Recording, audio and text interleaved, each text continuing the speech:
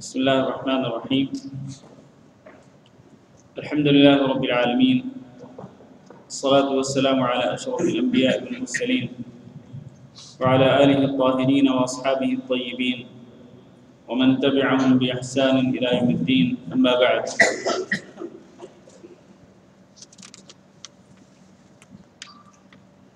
محترم بھائیوں اور دوستوں، اللہ کے احترام ماؤں اور بہنوں، پچھلے جمعہ کو ہم نے مختصر صحیح بخاری کا باب نمبر 21 باب فضل التہجیر الی الظہر پڑھا تھا، اور اس میں جو حدیث ہے شہداء کی مختلف اقسام کے بارے میں وہ بھی ہم نے پڑھی تھی۔ آج ہم اس سے اگلا باب شروع کرتے ہیں، باب احتساب الآثار، یعنی مساجد کی طرف آنے جانے کے نشانات پر اللہ رب العزت سے اجر و ثواب طلب کرنا۔ جب انسان مسجد کی طرف آئے اور پھر مسجد سے واپس جائے اپنے گھر کی طرف، تو آتے جاتے ہوئے جو وہ قدم اٹھاتا ہے، ان قدموں کے اٹھانے پر اسے چاہیے کہ وہ اللہ تعالیٰ سے اجر و ثواب طلب کرے، یعنی اس کی نیت یہ ہو کہ ہر قدم پر مجھے ثواب ملے گا۔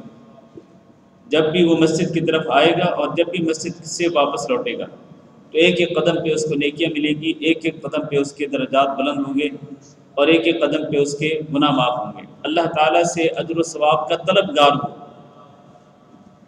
اس نیت کے ساتھ آئے کہ اس نے اللہ تعالیٰ سے اجر و ثواب حاصل کرنا ہے۔ اس باب میں امام بخاری نے جو حدیث ذکر کی ہے،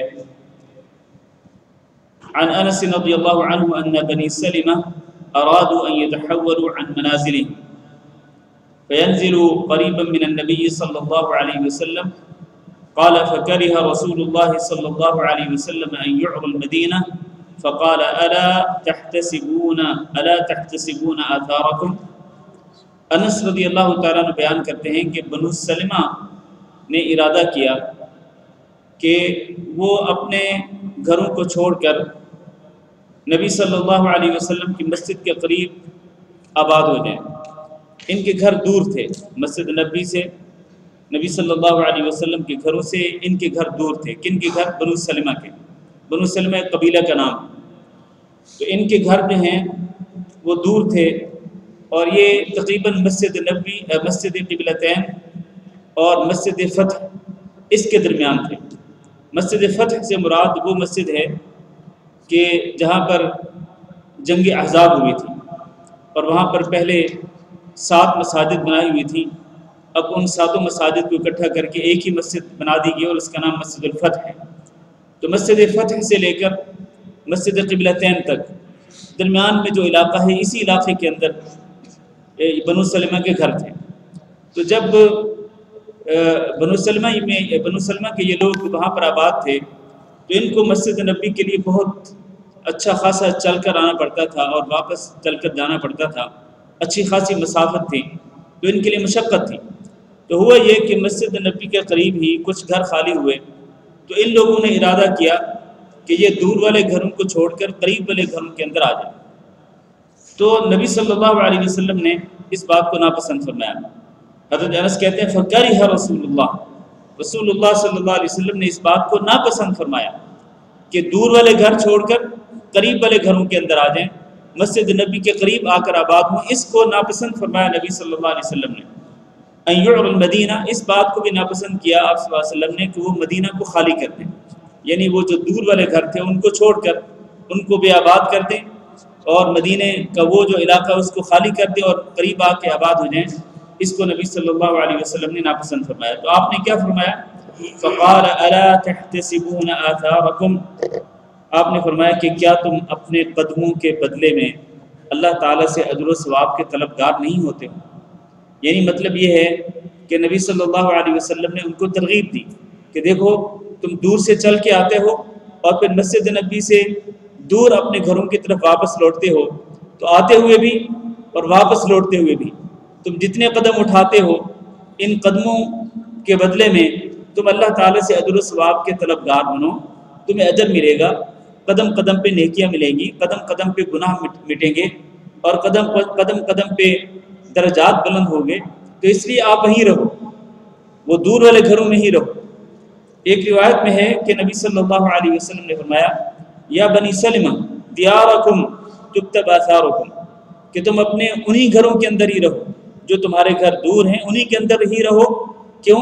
اس لیے کہ جب تم اپنے گھروں سے مسجد نبی کی طرف آؤ گے تو آتے ہوئے بھی تمہارے قدم اور قدموں کے نشانات لکھے جائیں گے اور نیکیاں لکھی جائیں گی، گناہ مٹیں گے، درجات بلند ہوں گے۔ اسی طرح جب تم واپس لوٹو گے تو قدم قدم پر نیکیاں لکھی جائیں گی اور درجات بلند ہوں گے اور گناہ مٹیں گے۔ اور اس میں ایک تو یہ مقصد یہ تھا کہ ان لوگوں کو اجر و ثواب حاصل ہو، دوسرا ایک مقصد یہ بھی تھا کہ نبی صلی اللہ علیہ وسلم یہ چاہتے تھے کہ مدینہ کا وہ جو علاقہ ہے وہ خالی نہ ہو۔ مدینہ کا وہ علاقہ وہ جو مغرب کی طرف تھا، مسجد نبی سے مغرب کی طرف یہ جو علاقہ تھا، یہ علاقہ خالی نہ ہو، کیونکہ علاقہ خالی ہونے کی صورت میں خطرہ اس بات کا تھا کہ اس علاقے سے اس طرف سے دشمن مدینہ پہ حملہ کر دیں گے۔ تو نبی صلی اللہ علیہ وسلم یہ نہیں چاہتے تھے کہ یہ مغرب کا جو علاقہ ہے مدینہ منورہ کا وہ خالی ہو جائے اور دشمن اس طرف سے آئیں اور مدینہ پہ حملہ کر دیں، اس لیے بھی نبی صلی اللہ علیہ وسلم نے اس بات کو ناپسند کیا۔ تو خلاصہ یہ ہے اس باب کا، اور اس باب میں ذکر کی گئی حدیث کا خلاصہ یہ ہے کہ سب سے زیادہ اجر و ثواب اس کو ملتا ہے جو سب سے زیادہ دور سے چل کے آتا ہے مسجد کی طرف، جیسا کہ ہم پہلے بھی ایک حدیث پڑھ چکے ہیں، حدیث نمبر 393 کہ اعظم الناس اجرا فی الصلاۃ ابعدهم فابعدهم ممشى، کہ جو شخص زیادہ دور سے چل کے آئے گا اس کو زیادہ اجر و ثواب ملے گا، پھر اس کے بعد اس کو زیادہ اجر و ثواب ملے گا جو اس کے بعد زیادہ دور سے چل کے آئے گا۔ اسی طرح درجہ بدرجہ جو لوگ دور سے چل کے آئیں گے اسی طرح سے ان کو درجہ بدرجہ اجر و ثواب ملے گا۔ اور اسی لیے نبی صلی اللہ علیہ وسلم نے بنو سلمہ کو روکا اور بنو سلمہ کو اس بات کی ترغیب دی کہ آپ دور والے گھروں میں ہی رہو، دور والے گھروں سے مسجد نبی کی طرف زیادہ چل کے آنا پڑے گا تو زیادہ اجر ملے گا اور زیادہ تمہارے گناہ مٹیں گے، زیادہ تمہارے درجات بلند ہوں گے۔ اسی طرح جب واپس لوٹو گے تو واپس لوٹتے ہوئے بھی تمہارے یہ قدموں کے نشانات لکھے جائیں گے، قدم قدم پر نیکیاں ملیں گی۔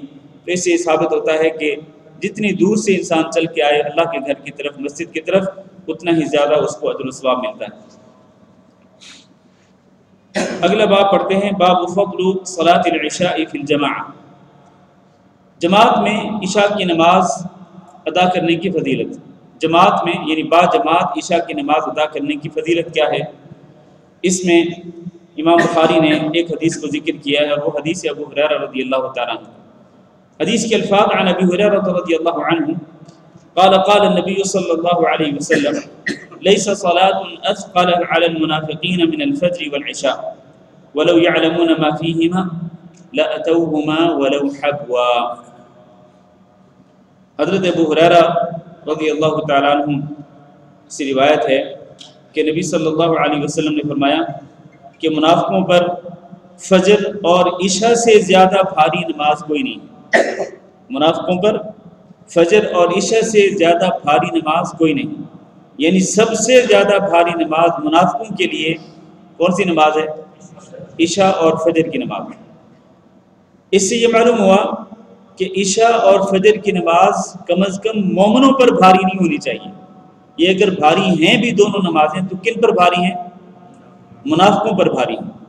یہ منافق ہی ہو سکتا ہے جس پر یہ دونوں نمازیں بھاری ہوں، عشاء کی نماز بھی اور فجر کی نماز بھی، ورنہ سچا مومن جو ہے اس پر یہ نمازیں بھاری نہیں ہوتی۔ اسی لیے وہ سورۃ بقرہ میں فرمایا نا کہ وَإِنَّهَا لَكَبِيرَةٌ إِلَّا عَلَى الْخَاشِعِينَ الَّذِينَ يَظُنُّونَ أَنَّهُمْ مُلَاقُو رَبِّهِمْ وَأَنَّهُمْ إِلَيْهِ رَاجِعُونَ۔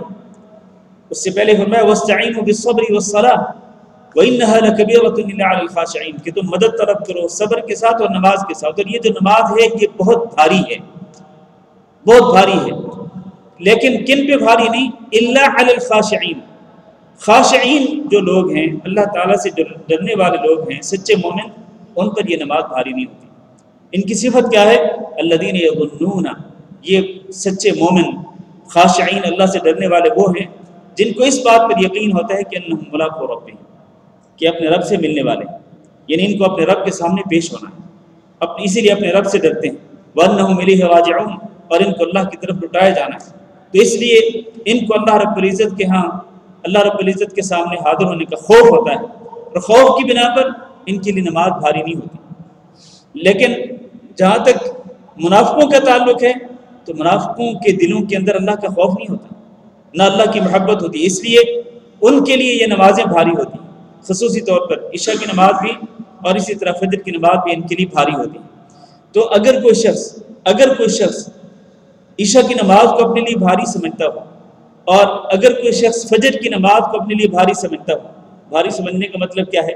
وہ یہ سمجھتا ہو یار یہ ہمارے اوپر مصیبت پڑ گئی، یہ کیا اللہ تعالیٰ کا حکم ہے کہ عشاء کے وقت جب سونے کا وقت ہوتا ہے، اور آج کل تو سونے کا وقت تو بہت لیٹ ہوتا ہے اور لوگوں کے اور بہت فضول کام ہیں عشاء کے وقت، تو لوگ یہ سوچتے ہیں کہ ہم وہ کام کریں یہ عشاء کی نماز پڑھیں، اور فجر کی نماز جو ہے وہ بھی اسی طرح اپنی نیند کو قربان کرنے کا وقت، کہ انسان اپنے بستر کو چھوڑے، اپنے آرام کو چھوڑے، اپنی نیند کو قربان کرے اور اللہ رب العزت کے سامنے اللہ کی بارگاہ میں حاضر ہونے کے لیے فجر کی نماز میں پہنچے۔ اگر کوئی شخص عشاء اور فجر کی نماز کو بھاری سمجھتا ہے تو وہ یقین کر لے کہ اس کے اندر منافقوں کی نشانیوں میں سے ایک نشانی ہے۔ ہم نہیں کہتے کہ وہ منافق ہے، لیکن اس کے اندر منافقوں کی نشانیوں میں سے ایک نشانی پائی جاتی ہے، اس لیے اسے اللہ تعالیٰ سے ڈرنا چاہیے، اور فجر کی نماز کو اور اسی طرح عشاء کی نماز کو اور اسی طرح باقی نمازوں کو بھی اس کو بھاری نہیں سمجھنا چاہیے، بلکہ اللہ کا فریضہ سمجھ کر، اپنی ذمہ داری سمجھ کر ساری کی ساری نمازوں کو بر وقت باجماعت ادا کرنا چاہیے۔ فرمایا وَلَوْ يَعْلَمُونَ مَا فِيهِمَا، اگر ان منافقوں کو یہ پتہ چل جائے کہ ان دونوں نمازوں کے اندر کتنا اجر و ثواب ہے، عشاء میں بھی اور فجر میں بھی، لَأَتَوْهُمَا وَلَوْ حَبًّا، تو اگر ان کو گھٹنوں کے بل چل کر آنا پڑے تو ضرور چل کے آئیں گے۔ اگر ان کو پتہ چل جائے کہ کتنا اجر ہے عشاء میں اور فجر میں، اور خصوصاً باجماعت نماز پڑھنے میں کتنا اجر و ثواب ہے۔ آپ کو معلوم ہے نا، نبی صلی اللہ علیہ وسلم نے ارشاد فرمایا کہ جو شخص عشاء کی نماز باجماعت ادا کرتا ہے اس کو آدھی رات کے قیام کا ثواب ملتا ہے، اور پھر جو شخص فجر کی نماز باجماعت ادا کرتا ہے تو اس کو پوری رات کے قیام کا ثواب ملتا ہے۔ فجر کی نماز اگر باجماعت ادا کر لیں تو اس کو پوری رات کے قیام کا ثواب ملتا ہے، تو کتنا ثواب ہے۔ اس لیے آپ نے فرمایا کہ اگر ان منافقوں کو یہ پتہ چل جائے کہ عشاء کی نماز میں کتنا اجر ہے باجماعت پڑھنے میں، اور فجر کی نماز باجماعت پڑھنے میں کتنا اجر و ثواب ہے، تو اس اجر و ثواب کو لینے کی خاطر اگر ان کو گھٹنوں کے بل بھی چل کے آنا پڑے تو ضرور چل کے آئیں۔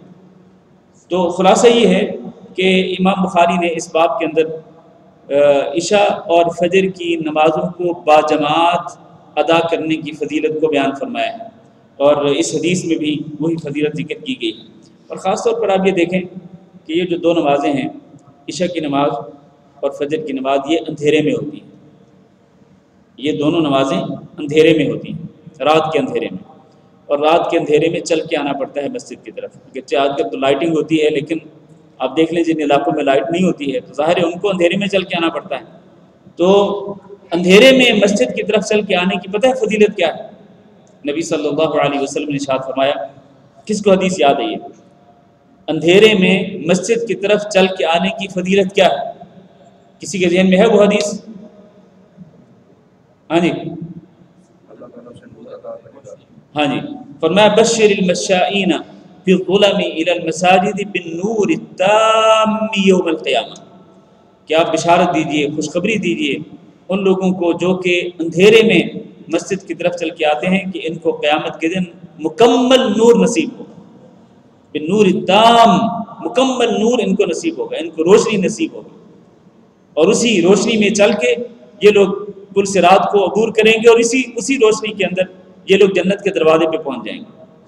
تو اس طرح اندھیرے میں چل کر آنے کی کتنی فضیلت ہے کہ قیامت کے دن مکمل نور نصیب ہوگا۔ لہذا فجر کی نماز اور اسی طرح عشاء کی نماز، ان دونوں نمازوں کو باجماعت ادا کرنے میں اور اسی طرح باقی نمازوں کو باجماعت ادا کرنے میں کسی قسم کی انسان کو سستی نہیں کرنی چاہیے۔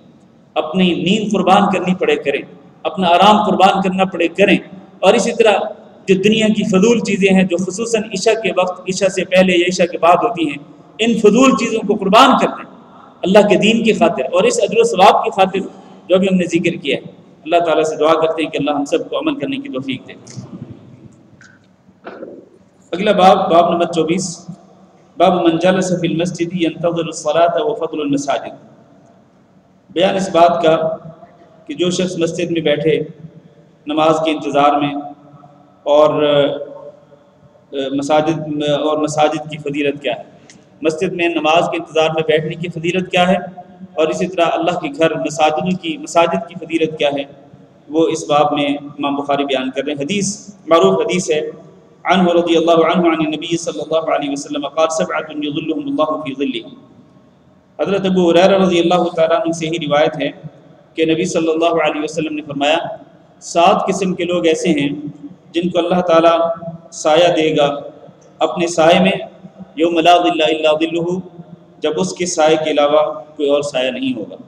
اس سے پہلے کہ ہم ان 7 افراد کا ذکر کریں، یہاں پر 1-2 تنبیہات عرض کرنا چاہتا ہوں اسی حدیث کے متعلق۔ پہلی بات، اللہ کے رسول نے فرمایا 7 ہیں، اس سے مراد 7 افراد نہیں ہیں، 7 افراد یعنی 1 2 3 4 5 6 7 اشخاص، صرف 7 ہی لوگ ہوں گے جن کو سایہ ملے گا، نہیں، بلکہ اس سے مراد یہ کہ 7 قسم کے لوگ ہوں گے، 7 قسم کے، اور ہر قسم میں ظاہر ہے کہ کئی لوگ آ سکتے ہیں جو سینکڑوں نہیں بلکہ ہزاروں بلکہ لاکھوں کی تعداد میں بھی ہو سکتے ہیں۔ مثلا ایک شخص، یعنی 7 میں سے ایک شخص پہلا شخص جو ہے وہ عدل و انصاف کرنے والا حکمران، تو عدل و انصاف کرنے والا کوئی ایک حکمران نہیں ہوگا جو کہ اللہ کے سائے میں ہوگا، بلکہ عدل و انصاف کرنے والے جتنے بھی حکمران ہوں گے، حضرت آدم علیہ السلام سے لے کر اس دنیا کے اختتام تک، دنیا کے خاتمے تک جتنے بھی عدل کرنے والے حکمران آئے ہوں گے وہ سارے کے سارے اللہ کے عرش کے سائے تلے جمع ہوں۔ اسی طرح دوسرا جو کہ نوجوان ہے، جس کی نشو و نما اللہ کی عبادت میں ہوئی ہو، جس کی تربیت اللہ کی عبادت میں ہوئی ہو، تو وہ کوئی ایک فرد نہیں ہوگا، شخص واحد نہیں ہوگا، فرد واحد نہیں ہوگا، بلکہ اس سے مراد یہ ہے کہ جتنے بھی نوجوان ایسے ہیں جن کی تربیت، جن کی نشو و نما اللہ کی عبادت میں ہوئی، وہ سارے کے سارے، ان کی تعداد چاہے لاکھوں کروڑوں میں کیوں نہ ہو، وہ سارے کے سارے اللہ کے عرش کے سائے تلے جمع ہوں۔ تو ایک تو یہ تنبیہ ضروری ہے کہ 7 سے مراد 7 افراد نہیں ہیں، بلکہ 7 سے مراد 7 قسم کے لوگ ہیں جن کی تعداد اللہ عالم بہت زیادہ بھی ہو سکتی ہے۔ دوسری تنبیہ یہ ہے کہ یہ جو 7 قسم کے لوگ ہیں یہ صرف 7 قسم کے لوگ ہی نہیں ہیں، یعنی اس حدیث میں صرف 7 افراد کا، 7 قسم کے لوگوں کا ذکر ہے، تو اللہ تعالیٰ جن کو اپنے عرش کا سایہ نصیب فرمائے گا وہ صرف 7 ہی قسم کے لوگ نہیں ہیں، بلکہ وہ اور بھی بہت سارے ہیں، اور بھی بہت سارے ہیں۔ نبی صلی اللہ علیہ وسلم نے دیگر احادیث کے اندر ان 7 کے علاوہ اور بھی کئی لوگوں کو ذکر کیا ہے، تو یہ نہ سمجھا جائے کہ وہ صرف 7 ہی قسم کے لوگ ہوں گے، نہیں، بلکہ وہ کئی قسم کے لوگ ہوں گے جن کے اندر وہ صفات ہوں گی جو اللہ کے رسول نے ذکر کی، تو اللہ تعالیٰ ان کو اپنے عرش کا سایہ نصیب فرمائے گا۔ یہ 2 تنبیہ ہوں گی۔ تیسری تنبیہ یہ ہے کہ یہ جو 7 قسم کے لوگ ہیں یہ مردوں کے ساتھ خاص نہیں ہیں، یعنی یہ نہیں ہے کہ صرف مردوں میں سے ہی 7 قسم کے لوگ جو ہیں وہ اللہ کے عرش کے سائے تلے جمع ہوں گے، نہیں، ان میں خواتین بھی شامل ہیں، یہ جو صفات اللہ تعالیٰ نے ذکر کی ہیں اس حدیث کے اللہ کے رسول نے ذکر کی ہیں، یہ صفات اگر کسی خاتون میں ہوں گی تو وہ خواتین بھی، جن خواتین میں یہ صفات ہوں گی وہ خواتین بھی یقیناً اللہ کے عرش کے سائے تلے جمع ہوں گی۔ مثلا ایک صفت جو ہے وہ اس میں ذکر کی گئی ہے کہ ایک شخص صدقہ کرے اور اس طرح خفیہ طور پر صدقہ کرے کہ اس کے بائیں ہاتھ کو نہ پتہ چلے کہ اس کے دائیں ہاتھ نے کیا خرچ کیا، تو یہ خفیہ طور پر صدقہ کرنے کی جو صفت ہے یہ صرف مردوں کے ساتھ خاص نہیں ہے، اس میں عورتیں بھی شامل ہیں۔ اگر خواتین بھی خفیہ طور پر صدقہ کریں اور وہ ریاکاری اور دکھلاوے سے بچیں، خفیہ طور پر صدقہ کریں، تو یقیناً یہ بھی ان خوش نصیب لوگوں میں شامل ہو جائیں گی جن کو اللہ تعالیٰ قیامت کے دن اپنے عرش کا سایہ نصیب فرمائے گا۔ تو یہ بات واضح ہونی چاہیے کہ 7 قسم کے لوگ مردوں کے ساتھ خاص نہیں، بلکہ 7 قسم کے لوگ جو ہیں ان میں مرد بھی شامل ہیں، ان میں عورتیں بھی شامل ہیں۔ آخری تنبیہ یہ ہے کہ یہاں پر جو اللہ کے رسول نے فرمایا، حدیث ذرا الفاظ پہ غور کریں، فرمایا یظلہم اللہ فی ظلہ، یہ 7 قسم کے لوگ ایسے ہیں جن کو اللہ تعالیٰ سایہ دے گا فی ظلہ، اپنا سایہ، یہاں عرش کا سایہ، عرش کا ذکر نہیں ہے، اپنا سایہ جو ہے اللہ تعالیٰ کا، اور اس دن لا ظل الا ظلہ، اس دن اللہ کے سائے کے علاوہ کوئی اور سایہ نہیں ہوگا۔ تو اللہ تعالیٰ کا سایہ کیا ہے؟ اس میں 2 قسم کے اقوال ہیں اور دونوں صحیح ہیں۔ ایک یہ ہے کہ ایک حدیث کے اندر، اسی حدیث کی ایک روایت کے اندر فی ظل عرش ہی کا ذکر ہے، اللہ تعالیٰ اپنے عرش کے سائے میں ان 7 قسم کے لوگوں کو جگہ دے گا، اپنے عرش کے سائے تلے جگہ دے گا۔ تو وہ حدیث جب سامنے رکھی جائے تو اس میں عرش کی تخصیص ہے، اور اس میں اللہ تعالیٰ نے اس حدیث کے اندر اللہ کے سائے کا ذکر ہے، اس میں اللہ کے عرش کے سائے کا ذکر ہے۔ تو اس سے معلوم یہ ہوتا ہے کہ اللہ تعالیٰ کے سائے سے مراد اللہ کے عرش کا سایہ۔ ایک تو یہ اس کا معنی ہے۔ دوسرا یہ معنی ہے جو کئی اہل علم نے ذکر کیا ہے کہ اللہ کا اپنا سایہ بھی ہوگا، لیکن اس سائے کی کیفیت کیا ہوگی، وہ کس قسم کا ہوگا، اب اس کی حقیقت کو نہیں جانتے۔ اللہ رب العزت کے لیے جتنی صفات ذکر کی گئی قرآن کے اندر اور جتنی صفات ذکر کی گئی احادیث کے اندر، ہم ساری کی ساری صفات پر ایمان لاتے ہیں، بغیر کیفیت بیان کیے، بغیر اس کی تشبیہ بیان کیے، بغیر اس کی مثال بیان کیے، جیسا کہ اللہ نے ذکر کی وہ صفات، جیسا کہ اللہ کے رسول نے وہ صفات ذکر کی، ہم سب کے سب صفات پر ایمان لاتے ہیں۔ لہٰذا اللہ رب العزت کا اپنا سایہ بھی ہوگا جس طرح کی اس حدیث کے اندر ہے، اور اللہ رب العزت کے عرش کا سایہ بھی ہوگا، اور اس دن اس سایہ کے علاوہ کوئی اور سایہ نہیں ہوگا، چاہے وہ اللہ کا اپنا سایہ ہو، چاہے وہ اللہ رب العزت کے عرش کا سایہ ہو، بات ایک ہی ہے۔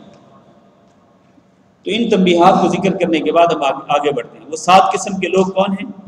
وہ خوش نصیب لوگ جن کو اللہ تعالیٰ اپنا یا اپنے عرش کا سایہ نصیب فرمائے گا، اور قیامت کے دن اس کے سایہ کے علاوہ کوئی اور سایہ نہیں ہوگا۔ ان میں سے پہلا شخص الامام العادل، عدل و انصاف کرنے والا حکمران۔ نمبر 2 وشاب نشأ فی عبادت ربہ، یہاں پر ایک غلطی ہے صفحہ نمبر 279 پر، یہ جو پہلی سطر ہے عربی متن کی، الفجر اب الصبح وقال، یہ غلطی سے لکھی گئی ہے، آپ کے پاس ایسے ہی اس کو کاٹ دیں۔ یہ جو سب سے پہلی لائن ہے نا، سب سے پہلی لائن الفجر اب الصبح وقال ہے کہ نہیں ہے یہ؟ ہاں، تو یہ لائن غلطی سے لکھی گئی ہے، یہ پرنٹنگ کی غلطی ہے، اس کو مٹا دیں آپ، یہ پرنٹنگ کی غلطی ہے، اس کو مٹا دیں۔ تو اصل عبارت یہ ہے وشاب نشأ فی عبادت ربہ، دوسری سطر پہ دوسری لائن، وشاب نشأ فی عبادت ربہ۔ 7 قسم کے افراد لوگوں میں سے دوسری قسم وہ نوجوان جو کہ جس کی نشو و نما اپنے رب کی عبادت میں ہوئی۔ کیا معنی ہے اس کا؟ وہ نوجوان جس کی نشو و نما اپنے رب کی عبادت میں ہوئی، مطلب یہ ہے کہ وہ نوجوان جس کی جوانی کا دور کس میں گزرا ہو، اللہ رب العزت کی عبادت میں گزرا ہو، اور اس کا دامن بالکل پاک ہو، اس کا دامن داغ دھبوں سے پاک ہو، برائیوں کے داغ دھبوں سے، گناہوں کے داغ دھبوں سے پاک ہو، اس نے اپنے رب کی عبادت میں اپنی جوانی کا دور گزرا ہو۔ اور یہ جوانی کا دور کیوں ذکر کیا نبی صلی اللہ علیہ وسلم نے خاص طور پر؟ اس لیے کہ آپ کو پتہ ہے کہ جوانی کے دور میں عام طور پر جوانی کے دور میں غلطیاں ہو جاتی ہیں، نوجوان سے غلطیاں سرزد ہو جاتی ہیں، خطائیں سرزد ہو جاتی ہیں۔ تو اس لیے وہ نوجوان جو اپنی عبادت کا، جو اپنی جوانی کا جو دور ہے، وہ اگر بلا داغ، بغیر کسی برائی، بغیر کسی گناہ کے دھبے کے، وہ اپنا دامن پاک صاف رکھتے ہوئے اپنی جوانی کا دور گزار جاتا ہے، تو یقیناً اس کی بڑی فضیلت ہے۔ تو یہ ان خوش نصیب لوگوں میں سے ہے کہ جن خوش نصیب لوگوں کو قیامت کے دن اللہ تعالیٰ اپنا یا اپنے عرش کا سایہ نصیب فرمائے گا۔ تیسرا ورجل قلبه معلق فی المساجد، وہ آدمی جس کا دل مساجد میں لٹکا ہوا ہو، مطلب یہ ہے کہ ایسے ہے جیسے اس کا دل مسجد کے اندر لٹکا ہوا ہے، جب وہ مسجد کے اندر آتا ہے اس کو دل کا سکون نصیب ہوتا ہے، راحت نصیب ہوتی ہے، اطمینان قلب نصیب ہوتا ہے، اور جیسے ہی مسجد سے باہر جاتا ہے بے چین ہو جاتا ہے، بے تاب ہو جاتا ہے، پھر جب تک وہ مسجد میں واپس نہیں لوٹتا اس کو سکون ہی نہیں ملتا ہے، اس طرح اس کا دل مسجد کے اندر لٹکا ہوا ہے۔ تو یہ جو الفاظ ہیں نا، یہی الفاظ در حقیقت اس باب سے تعلق رکھتے ہیں جو امام بخاری نے ذکر کیا کہ بیان اس شخص کا جو مسجد میں بیٹھا رہے نماز کے انتظار میں اور مساجد کی فضیلت کے بیان میں۔ تو وہ شخص جس کا دل مسجد میں لٹکا ہوا ہوتا ہے وہ فرض نماز سے کافی پہلے مسجد کے اندر داخل ہو جاتا ہے اور پھر مسجد میں پہنچ کر پھر وہ فرض نماز کے انتظار میں بیٹھا رہتا ہے۔ اور اسی طرح فرض نماز جب ختم ہوتی ہے تو پھر سنت نماز اگر ہے فرض نماز کے بعد تو اس کے انتظار میں بیٹھا رہتا ہے، اللہ رب العزت کا ذکر کرتا رہتا ہے۔ تو جو شخص اللہ کے گھر کے ساتھ اس طرح دل لگاتا ہے تو اس کی فضیلت ہے کہ یہ خوش نصیب ان خوش نصیب لوگوں میں شامل ہوگا قیامت کے دن جن کو اللہ تعالیٰ اپنا یا اپنے عرش کا سایہ نصیب فرمائے گا۔ نبی صلی اللہ علیہ وسلم نے ارشاد فرمایا کہ جب آپ دیکھیں ایک شخص کو کہ وہ بار بار مسجد میں آتا ہے اور بار بار وہ مسجد میں حاضر ہو کر اللہ کی عبادت کرتا ہے تو اس کے بارے میں گواہی دے دو کہ وہ شخص ایمان والا ہے، اس شخص کے ایمان کی گواہی دے دو، فاشہدوا لہ بالایمان، اس کے ایمان کی گواہی دے دو کہ اس کا ایمان اس کو اس بات پر ابھارتا ہے کہ وہ بار بار مسجد میں لوٹتا ہے، بار بار یعنی کم از کم دن اور رات میں 5 مرتبہ وہ مسجد میں واپس آتا ہے، مسجد میں آ کر اللہ رب العزت کی عبادت کرتا ہے۔ تو اس میں فضیلت ہے اللہ کی مساجد کی، اللہ کے ان گھروں کی فضیلت بھی ہے، اور جو شخص ان اللہ کے گھروں کے ساتھ اپنا دل لگاتا ہے اور ان گھروں کی رونق کو بڑھاتا ہے، ان گھروں کو آباد کرتا ہے، یقیناً اس میں ان کی بھی فضیلت ہے، اور اس میں یقیناً آپ لوگوں کی بھی فضیلت ہے کہ آپ لوگ نہ صرف اللہ کے گھر کے اندر نہ صرف نمازیں ادا کرتے ہیں بلکہ اللہ کے گھر میں بیٹھ کر اللہ کی کتاب کو پڑھتے ہیں، اللہ کے رسول صلی اللہ علیہ وسلم کے فرامین کو پڑھتے اور سنتے ہیں۔ تو یقیناً اس طرح بھی ایک حلقہ جو قرآن اور حدیث پر مشتمل ہے اس کو آ کر آپ اس کی رونق کو بڑھاتے ہیں، اس میں آپ آ کر مسجد کو آباد کرتے ہیں، تو یقیناً آپ کی بھی اس میں فضیلت ہے کہ آپ کا دل مسجد کے اندر لگتا ہے، مسجد کے اندر آپ آتے ہیں تو آپ کو راحت پہنچتی ہے، تو آپ بھی ان خوش نصیب لوگوں میں انشاءاللہ اللہ کے حکم سے ان خوش نصیب لوگوں میں ہوں گے جن کو اللہ تعالیٰ قیامت کے دن اپنے عرش کا سایہ نصیب فرمائے گا۔ اللہ تعالیٰ ہم سب کو ان میں شامل فرمائے۔ چوتھا، وَرَجُلَانِ تَحَابَّا فِي اللَّهِ اجْتَمَعَا عَلَيْهِ وَتَفَرَّقَا عَلَيْهِ، وہ دو افراد جو اللہ کی رضا کے لیے محبت کریں اور وہ اللہ کی رضا کے لیے محبت پر ہی جمع ہوں اور اسی پر ایک دوسرے سے جدا ہوں، اللہ کی رضا کے لیے محبت کرتے ہوں، ان کے درمیان محبت کا کوئی دوسرا مقصد نہ ہو۔ آج کل آپ جانتے ہیں دنیا مطلب کی یار ہے، کسی سے اگر کوئی دوستی رکھتے ہیں تو وہ صرف اپنے مطلب کی خاطر، یعنی بہت سارے لوگ عام لوگوں کی بات کروں، میں آپ کی بات نہیں کر رہا، بہت سارے لوگ اگر کسی سے محبت کرتے ہیں تو اپنے مطلب کی خاطر کرتے ہیں، مطلب کسی بھی قسم کا ہو سکتا ہے۔ تو یہ جو دنیاوی مطلب، دنیاوی غرض و غایت کے لیے جو محبت ہوتی ہے اس کی کوئی فضیلت نہیں اور نہ ہی یہ پائیدار ہوتی ہے، نہ ہی یہ قائم، جیسے ہی مطلب پورا ہوتا ہے وہ محبت بھی ختم ہو جاتی ہے۔ لیکن جو محبت اللہ کی رضا کے لیے ہو، آپ اگر کسی سے اس لیے محبت کریں آپ کہ یہ شخص اللہ کا نیک بندہ ہے، متقی ہے، پرہیزگار ہے، ایمان والا ہے، آپ اس لیے اس سے محبت کرتے ہیں، پھر اسی محبت کی خاطر اس سے ملتے ہیں۔ آپ دیکھیں نا، محبت کی اظہار کب ہوتا ہے؟ جب آپ ایک مسلمان سے ملتے ہیں، اس کو السلام علیکم کہتے ہیں، وہ وعلیکم السلام کہتے ہیں، آپ اس سے مصافحہ کرتے ہیں۔ رسول اکرم صلی اللہ علیہ وسلم نے فرمایا جب دو مسلمان اس طرح اظہار محبت کرتے ہیں سلام کے ساتھ اور الحمدللہ کہہ کر ایک دوسرے کا ہاتھ پوچھتے ہیں تو ابھی ان کے ہاتھ جدا نہیں ہوتے کہ اس سے پہلے ہی اللہ تعالیٰ ان کے گناہوں کو معاف کر دیتا ہے، اس سے پہلے ہی اللہ تعالیٰ ان کے گناہوں کو معاف کر دیتا ہے۔ اور حدیث میں ہے کہ نبی صلی اللہ علیہ وسلم نے فرمایا اللہ تعالیٰ قیامت کے دن فرمائے گا این المتحابون بجلالی، آج قیامت کے دن وہ کون ہیں، وہ کہاں ہیں وہ لوگ جو دنیا کے اندر میری وجہ سے، میری خاطر ایک دوسرے سے محبت کرتے تھے، کہاں ہیں وہ لوگ اظلہم فی ظلی یوم لا ظل الا ظلی، آج میں ان کو اپنے سائے میں جگہ دوں گا جبکہ آج کے دن میرے سائے کے علاوہ کوئی سائے نہیں ہو۔ تو اس طرح ان لوگوں کو خاص طور پر ایک دوسرے سے اللہ کی رضا کی خاطر محبت کرنے والے لوگوں کو اللہ تعالیٰ خصوصی طور پر پکارے گا اور ان کو اپنے عرش کے سائے تلے جگہ نصیب فرمائے گا۔ اس کے بعد فرمایا وَرَجُلٌ طَلَبَتْهُ امْرَأَةٌ ذَاتُ مَنْصَبٍ وَجَمَالٍ فَقَالَ إِنِّي أَخَافُ اللَّهَ۔ کتنے ہو گئے جو ہم نے پڑھے ہیں؟ عدل و انصاف کرنے والا حکمران، وہ نوجوان جس کی نشو و نما اللہ کی عبادت میں ہوئی ہو، 2، اور وہ شخص جس کا دل اللہ کی مساجد میں لگ جائے، 3، اور وہ 2 افراد جو کہ اللہ کی رضا کے لیے محبت کریں، 4 ہو گئے۔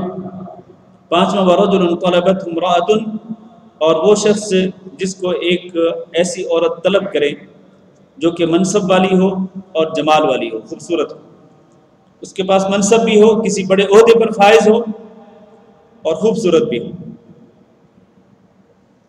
یہ 2 خوبیاں جو ہیں یہ بہت بڑی خوبیاں ہیں کہ کوئی عورت منصب والی بھی ہو، یعنی کسی بڑے عہدے پر فائز ہو، اور اس کے ساتھ ساتھ وہ خوبصورت بھی ہو، تو وہ خود اگر کسی کو دعوت دے برائی کے لیے تو وہ کیا کہے؟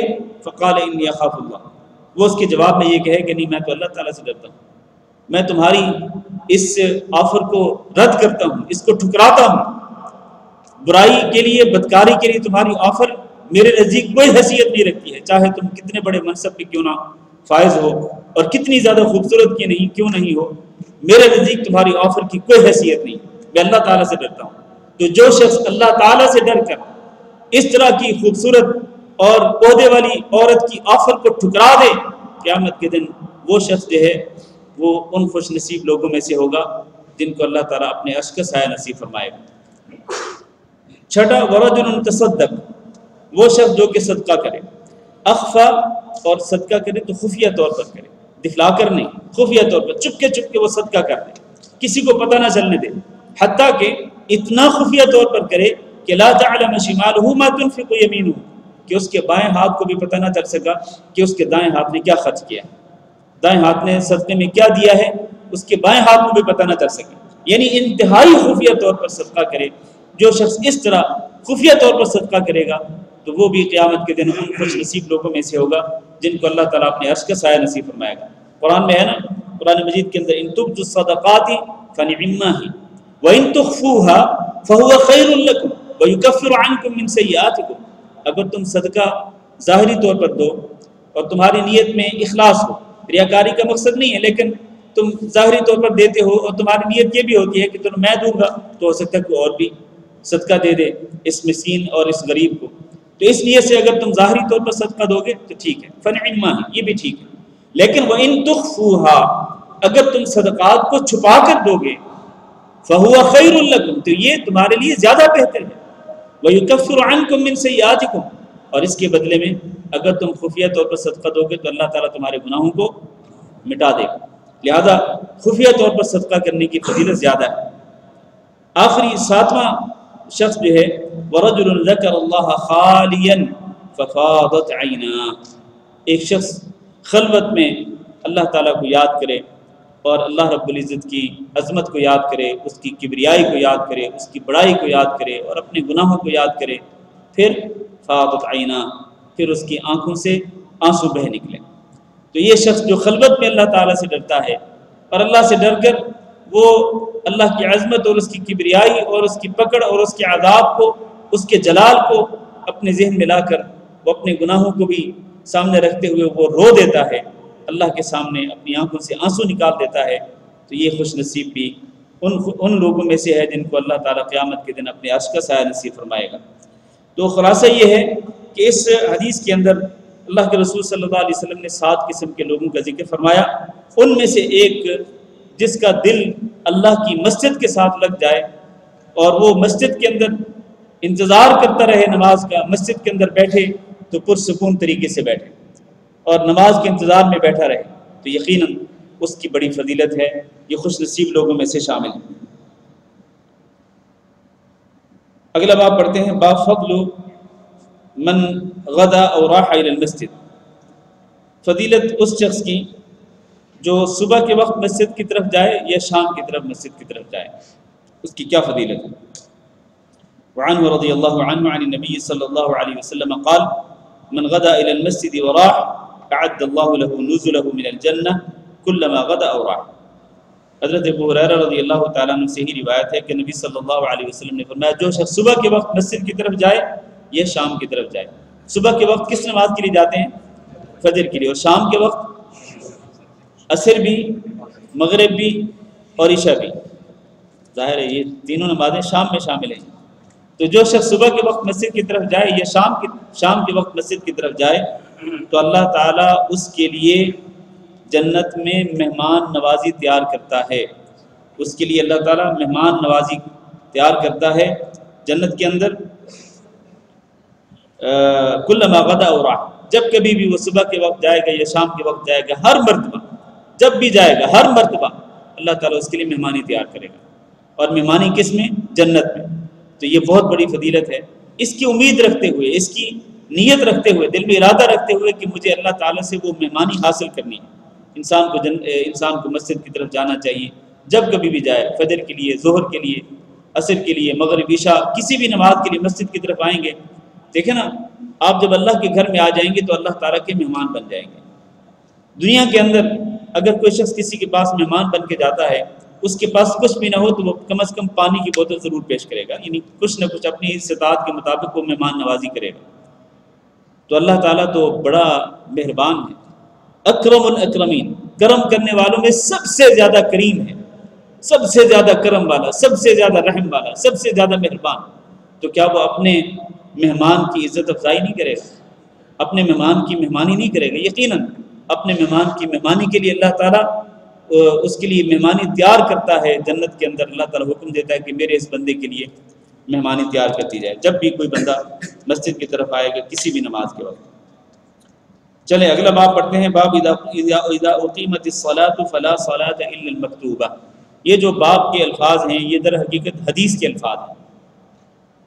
حدیث کے الفاظ اذا اقیمت الصلاۃ فلا صلاۃ الا المکتوبہ، یہ حدیث کے الفاظ ہیں. اور انہی الفاظ کے ساتھ امام بخاری نے باب باندھ دیا ہے، عنوان قائم کر دیا اپنی صحیح کے اندر.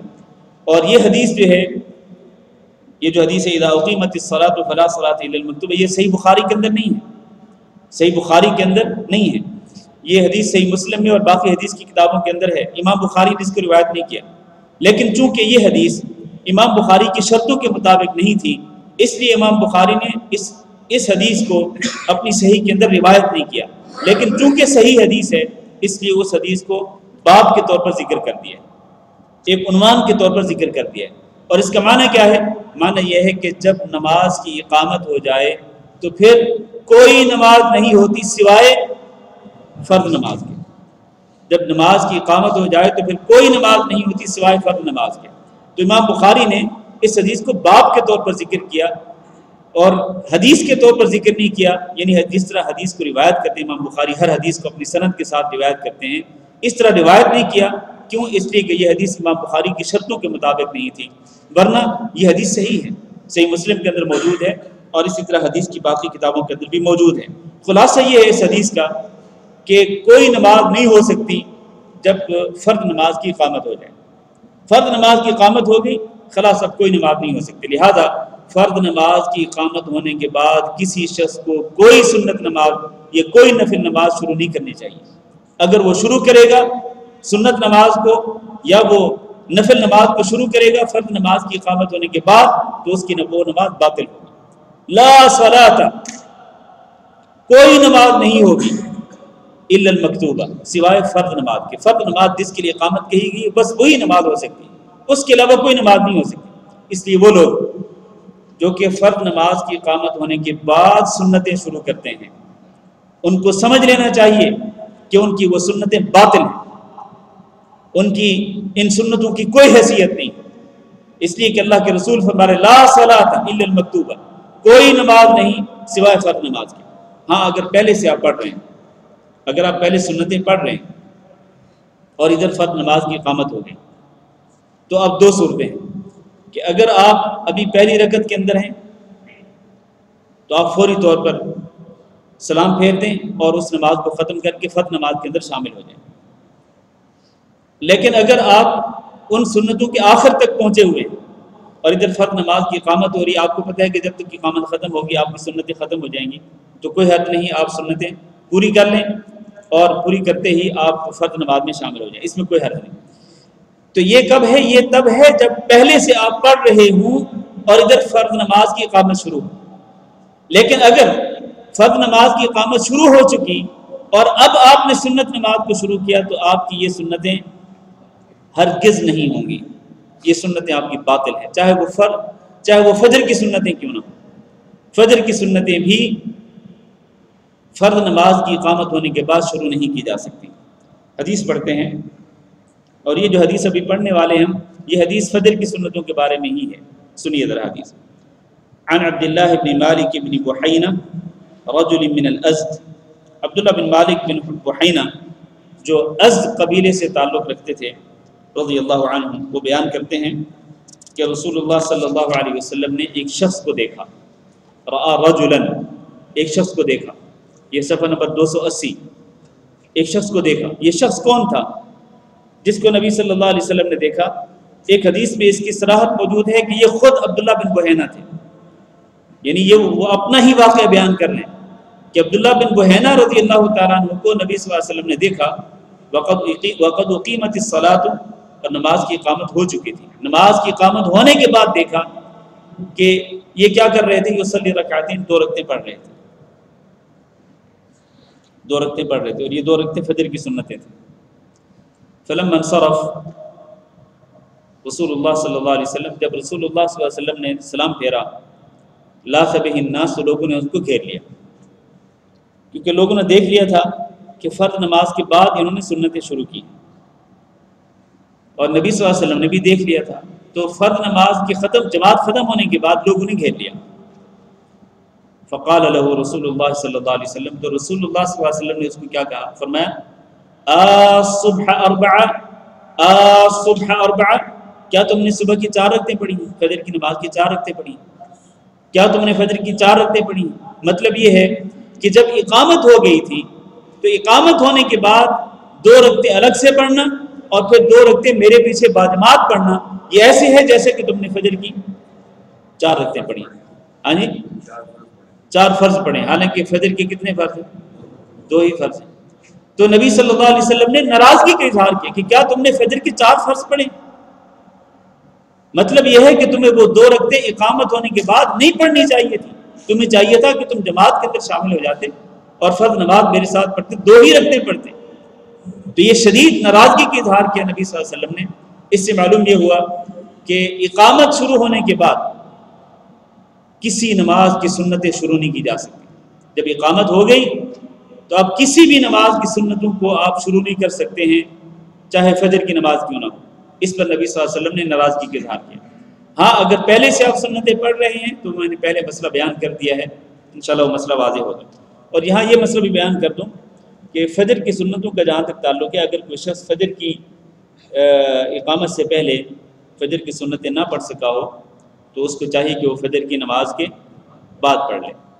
سنن ترمذی میں حدیث موجود ہے، نبی صلی اللہ علیہ وسلم نے فجر کی نماز کے بعد ایک شخص کو دیکھا کہ وہ نماز پڑھ رہا ہے. تو نبی صلی اللہ علیہ وسلم نے پوچھا کہ یہ کون سی نماز پڑھ رہے ہو؟ اس میں بھی یہ الفاظ ہے کہ کیا تم نے فجر کی نماز 2 مرتبہ پڑھی، یعنی ایک مرتبہ میرے پیچھے اور اب دوسری مرتبہ پہ الگ سے پڑھ رہے. تو اس صحابی نے بیان کیا کہ اللہ کے نبی، میں نے دراصل پہلی سنت نہیں پڑھی تھی، اب وہ فجر کی نماز کے بعد میں پڑھ رہا ہوں. تو نبی صلی اللہ علیہ وسلم نے خاموشی کا اظہار فرمایا. تو آپ صلی اللہ علیہ وسلم کی جو خاموشی تھی وہ اس بات کی دلیل تھی کہ اس میں کوئی حرج نہیں. پہلی سنتیں اگر کوئی شخص پہلے نہیں پڑھ سکا فجر سے پہلے تو وہ فجر کے بعد پڑھ سکتا ہے، اس میں کوئی حرج نہیں. اللہ اکبر. یہاں پر ہم اپنا سبق ختم کرتے ہیں، اور چونکہ 2-3 منٹ باقی ہیں، شاید کتنے منٹ باقی ہیں؟ اچھا چلیں تو کچھ سوالات لے لیتے ہیں.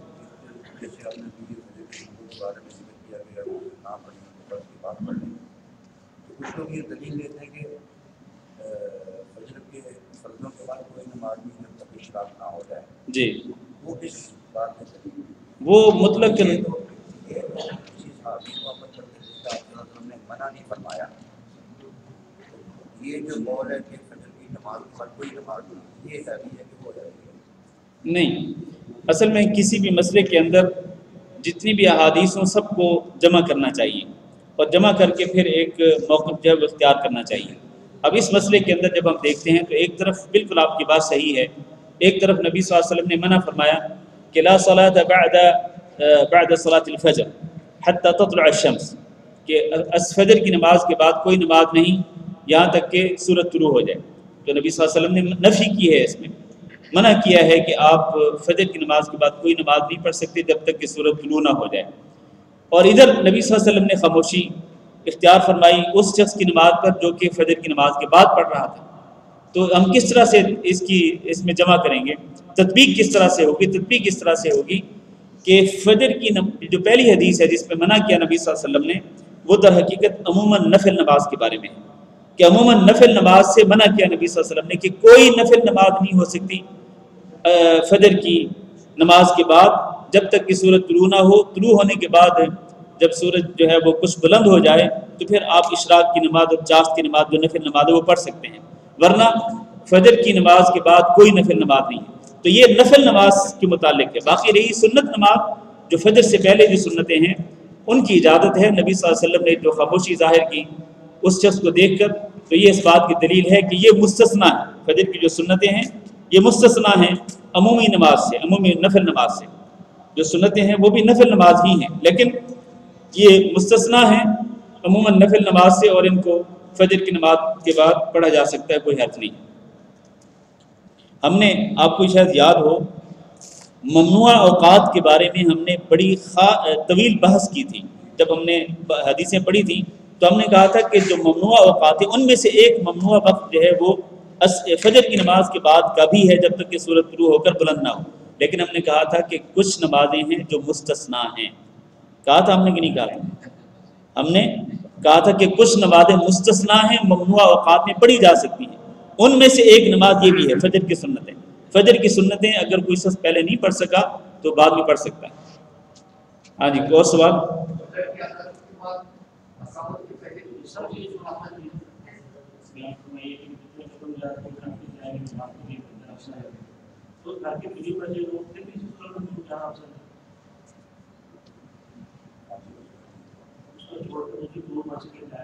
ہاں جی، اس سے حدیث سے تو یہی ثابت ہوتا ہے کہ جتنا دور آپ چل کے جائیں گے اتنا ہی زیادہ آپ کو اجر و ثواب ملے گا۔ تو اگر کوئی شخص اجر و ثواب زیادہ لینے کی خاطر، زیادہ نیکیاں لینے کی خاطر، زیادہ گناہ مٹوانے کی خاطر اگر وہ اپنے گھر کے قریب والی مسجد کو چھوڑ کر دور والی مسجد میں جاتا ہے تو اس میں کوئی مسئلہ نہیں۔ اگر وہ جا سکتا ہے تو جائے وہ، اور زیادہ وہ نیکیاں کمائے، زیادہ وہ اجر و ثواب حاصل کرے، ہاں جی، اس میں کوئی مسئلہ نہیں۔ نہیں، اس کو آباد کرنے کے لیے کئی لوگ موجود ہیں نا، دیگر لوگ بھی ہیں۔ یہ تو آپ تب کہیں گے جب اس کے علاوہ اس کے سوا کوئی بھی بندہ نہ ہو۔ اگر وہ اکیلا ہی ہے جو اس مسجد کو آباد کرتا ہے تو پھر تو ٹھیک ہے، پھر آپ کہہ سکتے ہیں کہ نہیں بھائی تم ادھر ہی نماز پڑھو، لیکن اس کے سوا دیگر لوگ موجود ہیں جو اس مسجد کو آباد کر رہے ہیں، تو اس لیے اس میں کوئی حرج نہیں ہے۔ اگر کوئی شخص دور والی مسجد میں جاتا ہے تو ٹھیک ہے۔ اذان کا ٹائم ہوگا۔